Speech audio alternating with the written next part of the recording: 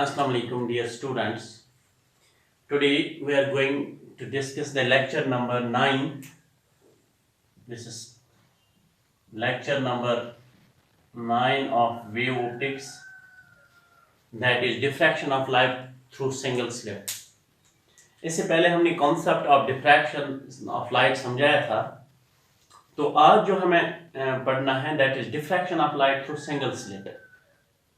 This is very important question from the examination point of view.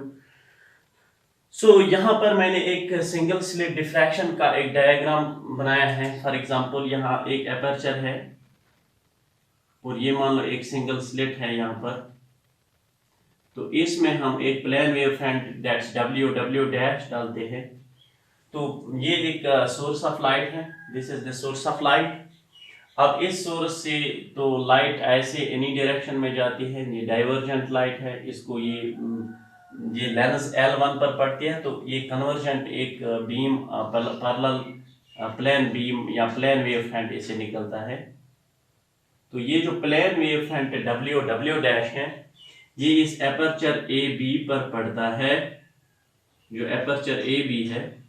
तो यहाँ से ये डिफ्रैक्ट होकर डिफरेंट पॉइंट्स ऑफ स्क्रीन पर through lens L2 meet out करता है और इस स्क्रीन पर डिफ्रैक्शन पैटर्न हम ऑब्जर्व करते हैं। तो सबसे इंपॉर्टेंट बात जो यहाँ पर है कि जैसा आपने डिफ्रैक्शन में देखा कि there is no sharp boundary between completely dark region and completely bright region. So between bright and dark region there are alternate bright and dark bands, alternate fringes are formed, bright and dark fringes are formed. That pattern is called a diffraction pattern. And you know that what is diffraction? It is the phenomena of bending of light around the corners of an obstacle.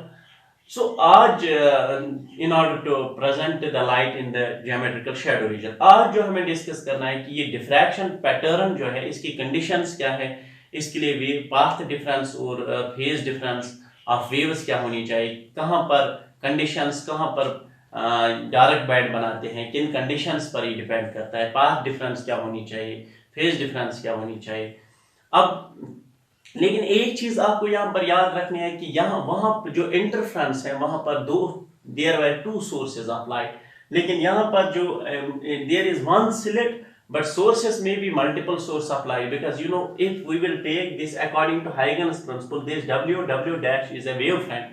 So every point on the wavefront it is the source of new disturbance. So इस W dash पर इसमें multiple source है, इसमें infinite source है। So इस wavefront एक wavefront से बहुत सारे wavefronts निकलेंगे, तो वो किसी जगह पर क्या वो meet out होते हैं in phase या out of phase, that will decide whether that point is the bright band or dark band.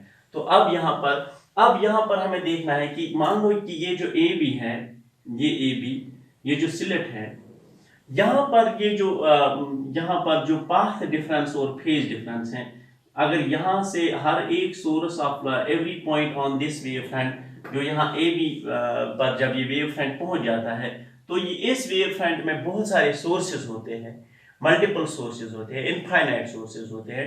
तो वो जो all the wave fronts they meet at point O in phase क्यों? Because there is no path difference. When delta x जितना A को यहाँ से जाना है उतना ही B को यहाँ तक जाना है, because this is the centre of screen. जितना टाइम A को यहाँ से जाते हुए लगेगा उतना ही टाइम B को भी यहाँ से जाते हुए लगेगा, या जितनी डिस्टेंस A से O तक है उतनी ही B से O तक है। या इसके नीचे अगर यहाँ पर सोर्स लेंगे और यहाँ पर उसमें भी पाथ, मान लो let us suppose we will, जो ये डिस्टेंस है between wave front A and B, मान लो यहाँ से 50 सोर्स और यहाँ से 50 सोर्स, तो टोटल नंबर ऑफ सोर्सेज जो बन जाते हैं दैट्स 100।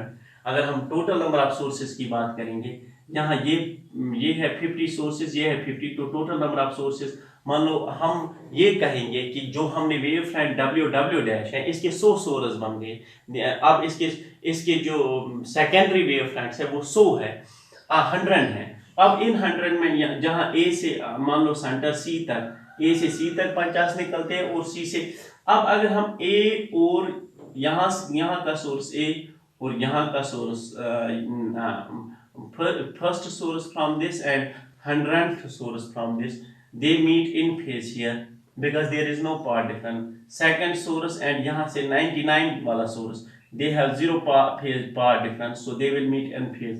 यहाँ से 98 वाला, यहाँ से third, यहाँ से 98 वाला, इस तरह ये all the sources जो secondary sources है ये point O पर meet out होते हैं in phase. So there is no phase difference. When there is no phase difference, there is no path difference. There is no path difference between sources meeting from above 50 and these 50. They will meet here in phase because there is no path difference. So this will be the central maxima and this will be the bright band. अब हम point P की बात करेंगे. अब ये जो point P है, मान लो यहाँ से मैं यहाँ पर मैं दिखाऊंगा. मान लो ये स्लिट है. अब इस स्लिट में ये डिफाइन करेगा कि डार्क बैंड कैसे बनेगा, how dark band will be formed. मान लो ये अब यहाँ से एक लाइट वेव यहाँ से जाती है, दूसरी लाइट वेव यहाँ से जाती है और ये पॉइंट P पर मीट आउट होते हैं. अब फॉर एग्जांपल ये मान लो ये डिस्टेंस ऑफ स्लिट D है और हमने इस पर परपेंडिकुलर लगाया और ये थीटा है. अब ये वाली डिस्टेंस जो है मान लो ये d sin थीटा. अब if this d sin theta is equal to lambda, अगर ये लेम्डा के बराबर हुई, यानी ये जो पाथ डिफरेंस, यानी अगर ये S2 है P और ये S1 P है, तो यानी ये path difference delta x is equal to d sin theta, that is equal to lambda.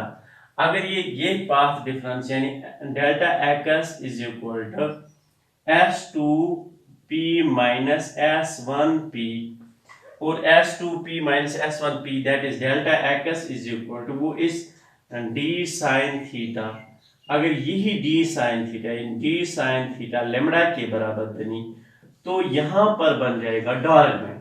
अब ये यहाँ पर इससे पहले हमने कहा था इंटरफेरेंस में आप ध्यान रखना, इंटरफेरेंस में हमने कहा था if path difference is lambda then there will be the bright band, लेकिन वहां पर मामला कुछ और था. वहां पर सोर्सेज जो थे सिलेट्स दो थे, there were only two sources और इनकी वेडथ भी थिंक थी, तो there were only two sources applied. लेकिन यहाँ पर सिलेट 8 है, एक सिलेट है, इसमें मल्टीपल सोर्स अप्लाइड है क्योंकि एक वेव फ्रंट हमने डाला. इस वेव फ्रंट से बहुत सारे सोर्सेज सेकेंडरी वेवलेट्स निकलते हैं, इसलिए यहाँ का थोड़ा डिफरेंट है. यहाँ पर अगर d sin थीटा लेम्डा के बराबर हुई तो ये वाला पॉइंट बन जाएगा डार्क बैंड. अब कैसे, for example if d sin theta is lambda, तो ये जो स्लिट है ये जो स्लिट है इसके दो हिस्से हो जाएंगे. मान लो ये C से यानी S1 से C तक एक हिस्सा, S2 से C तक. मान लो ये जो सोर्स फर्स्ट है ये मान लो यहाँ से यहाँ तक 50 सोर्स है, यहाँ से लेकर C तक 50 सोर्स है और 50 से लेकर S2 तक फिर 50 सोर्स है, तो ये 100 वाला सोर्स बन जाएगा. अब यहाँ पर क्या होता है, मान लो यहाँ से एक वेवलेट निकलती है फर्स्ट से और यहाँ से 51 वेवलेट निकलती है. अब फर्स्ट और 51 का जो वेवलेट यहाँ पर मिलते हैं इनके दरमियान जो पाथ डिफरेंस है that's lambda by 2. So we know when the path difference is lambda by 2, so the waves will meet out of phase and they will cancel each other. So यहाँ 51st source और यहाँ से जो 51th source, यहाँ से first wave front, यहाँ से 51th wave front, ये पॉइंट P पर मिल जाते हैं, तो यहाँ पर ये एक दूसरे को कैंसिल करते हैं, they meet out of phase और डायरेक्ट में. इसी तरह जब यहाँ से दूसरा सोर्स निकलेगा और यहाँ से 52 वाला सोर्स निकलेगा तो इनके दरमियान भी पाथ डिफरेंस होगी लैम्डा बाय 2, तो वो भी आउट ऑफ फेज मिल जाएंगे और पॉइंट P बन जाएगा डायरेक्ट में. इसी तरह जब यहाँ से तीसरा सोर्स निकलेगा और यहाँ से 53 वाला सोर्स निकलेगा तो वो भी यहाँ पर इनके लिए पाथ डिफरेंस लैम्डा बाय 2 होगी, वो भी आउट ऑफ फेज मिलेंगे और यहाँ पर डायरेक्ट बैंड होगा. इसी तरह जब यहाँ से 50 वाला सोर्स निकलेगा, यहाँ से 100 वाला सोर्स निकलेगा तो उनके दरमियान भी पाथ डिफरेंस होगी लैम्डा बाय 2, वो भी आउट ऑफ फेज मिल जाएंगे. इस तरह अगर पाथ डिफरेंस लैम्डा हुई तो पहला डार्क बैंड वहां पर बन जाएगा जहां पर पाथ डिफरेंस लैम्डा होती है. तो first dark band will be formed where the path difference is lambda. And इसी तरह सेकंड डार्क बैंड, तो फॉर फर्स्ट डार्क बैंड यानी for first minima, for in diffraction for first minima, for first minima or dark fringe, for first minima or direct fringe. In diffraction for first minima, so we have delta x, that should be d sine theta. So d sine theta, that should be equal to lambda. So or in other words, d sine theta should be equal to lambda. Sine theta should be equal to lambda by d. So this is the condition for, देखो अब ये जो theta है, this theta, slit is small, so this theta is taken as very small. When theta is very small, if theta is very small, so sin theta tends to theta, sin theta tends to theta, then theta first is equal to first lambda by d. This is the condition for first Dirac band. अब ये हुई condition for first Dirac band. For first minima or for first Dirac fringe, the theta 1 should be equal to lambda by 2. That should be equal to lambda by d. और इसी तरह अगर हम second Dirac band की बात करेंगे, ये चीज ये so we will rub this.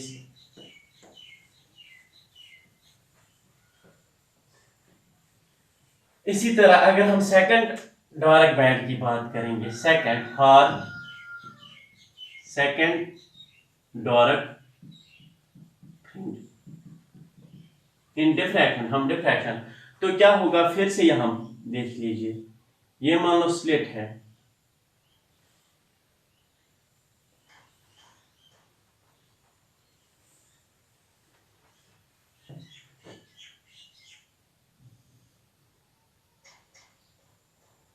और ये मान लो स्क्रीन है।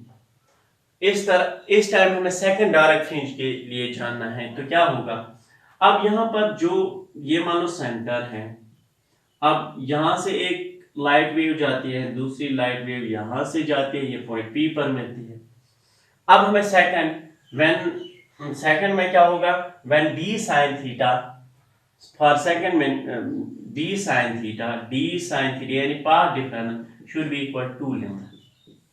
जब पाथ डिफरेंस 2 लैम्डा होगी तो ये मान लो यहां पर 4 हिस्से हो जाएंगे इसके। अब आप मान लो कि 1 लैम्डा में how many sources were there are 100 sources. अब यहां पर 2 लैम्डा में 200 सोर्सेज बन जाएंगे। अब इसमें इसके स्लिट के, इस सिंगल स्लिट के जो 4 हिस्से हो जाएंगे, यहां से लेकर यहां तक 50 सोर्सेज बन जाएंगे, यहां से लेकर यहां तक 50 सोर्सेज। मान लो ये लैम्डा बाई 2, ये लैम्डा बाई 2, ये लैम्डा बाई 2 और ये लैम्डा बाई 2, तो 4 times lambda by 2, that's 2 and 2 cancel, 2 2s are so 2 lambda, तो 4 टाइम्स यानी 4 हिस्से हो जाएंगे। जो पहले 50 और दूसरे 50 सोर्सेज हैं, तो इसका फर्स्ट सोर्स और इसका 51th source, they will cancel, they will meet out of phase, lambda path difference will be lambda by 2, so they will meet here out of phase and they will cancel each other, there will be Dirac band। अब इसी तरह इस पहले ये मान लो यहां से लेकर यहां तक 50, फिर यहां से लेकर यहां तक 100, फिर यहां से लेकर यहां तक 150, फिर 200। अब 50 और फर्स्ट और 50 वाला सोर्स यहां पर फर्स्ट। अब गौर से देखिए, now I will show you here। तो स्लिट ऐसे हैं, तो ये जो स्लिट है, जब वेवलेंथ पाथ डिफरेंस हुई यानी delta x is equal to lambda, तब इसके 4 हिस्से हो जाएंगे। ये सेंटर यानी 2 हिस्सा, फिर इसके भी 2 और इसके भी 2। अब ये मान लो लैम्डा बाई 2, ये मान लो लैम्डा बाई 2, ये मान लो लैम्डा बाई 2 और ये मान लो लैम्डा बाई 2। अब पहला सोर्स ये है, ये 50 वाला सोर्स है, ये 100, ये 150 और यहां से लेकर 200 सोर्स। तो पहला सोर्स और 50 वाला सोर्स, इनके दरमियान पाथ डिफरेंस यहां पर हो जाएगी। पहला सोर्स और 50 वाला सोर्स, इनके दरमियान पाथ डिफरेंस यहां हो जाएगी lambda by 2। So when the path difference is lambda by 2, the waves will meet out of phase. तो यहां पर आउट ऑफ फेज मिल जाएंगे, तो कैंसिल करेंगे एक दूसरे डायरेक्ट बैंड। अब इसी तरह 50 वाला और 100 वाला, अब 101 वाला और यहाँ पर 151 वाला, ये भी कैंसिल करेंगे। इस तरह 151 वाला, 150 वाला और 200 वाला, ये भी कैंसिल करेंगे। तो इस तरह ये लैम्डा बाई 2 ये वाले सोर्स इनके दरमियान पाथ डिफरेंस लेमडा बाई 2, ये वाले सोर्स और ये वाले सोर्स इनके दरमियान पाथ डिफरेंस, तो ये सारे सोर्स यहाँ पर कैंसिल हो जाएंगे और यहाँ पर फिर से डायरेक्ट बैंड बन जाएगा। तो इसी तरह अगर 6 लेमडा बाई 2 अगर 3 लेमडा हुई तो इस स्लिट के 6 हिस्से हो जाएंगे। तो 6 हिस्सों में इनके दो हिस्सों के दरमियान पाथ डिफरेंस लेमडा बाई 2 हो जाएगी और वो सारे कैंसिल करेंगे at point P, there will be again direct band. इस तरह हर एक, जैसे n लेमडा में n लेमडा अगर पाथ डिफरेंस n लेमडा हुई तब भी वो इसके इवन हिस्से हो जाएंगे। तो इसमें से हर दो हिस्से एक दूसरे को कैंसिल करेंगे, इनके जो सोर्सेस हैं वो एक दूसरे के इफेक्ट को कैंसिल करेंगे, because they will meet out of phase. The path difference will be lambda by 2 by these sources when they are meeting at that point, at any point. So इस तरह हर एक, तो 2 लेमडा जैसे हमने d sin theta is equal to 2 lambda और sin theta is equal to 2 lambda by d और theta is very small, theta 2 is equal to lambda by d. This is the condition for secondary maxima. ये second for second direct fringe और second minima के लिए 2 lambda by d,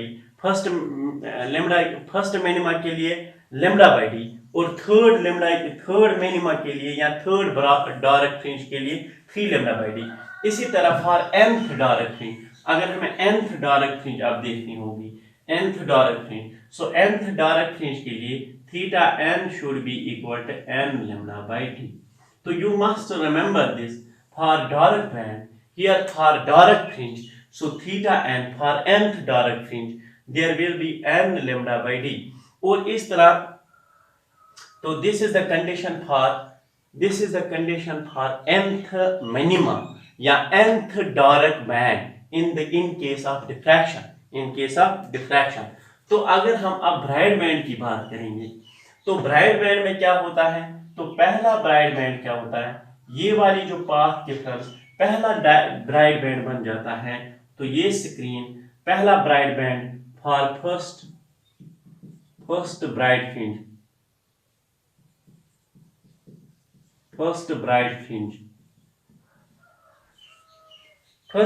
fringe के लिए क्या होता है, अब आप देखिए first bright, so d sin theta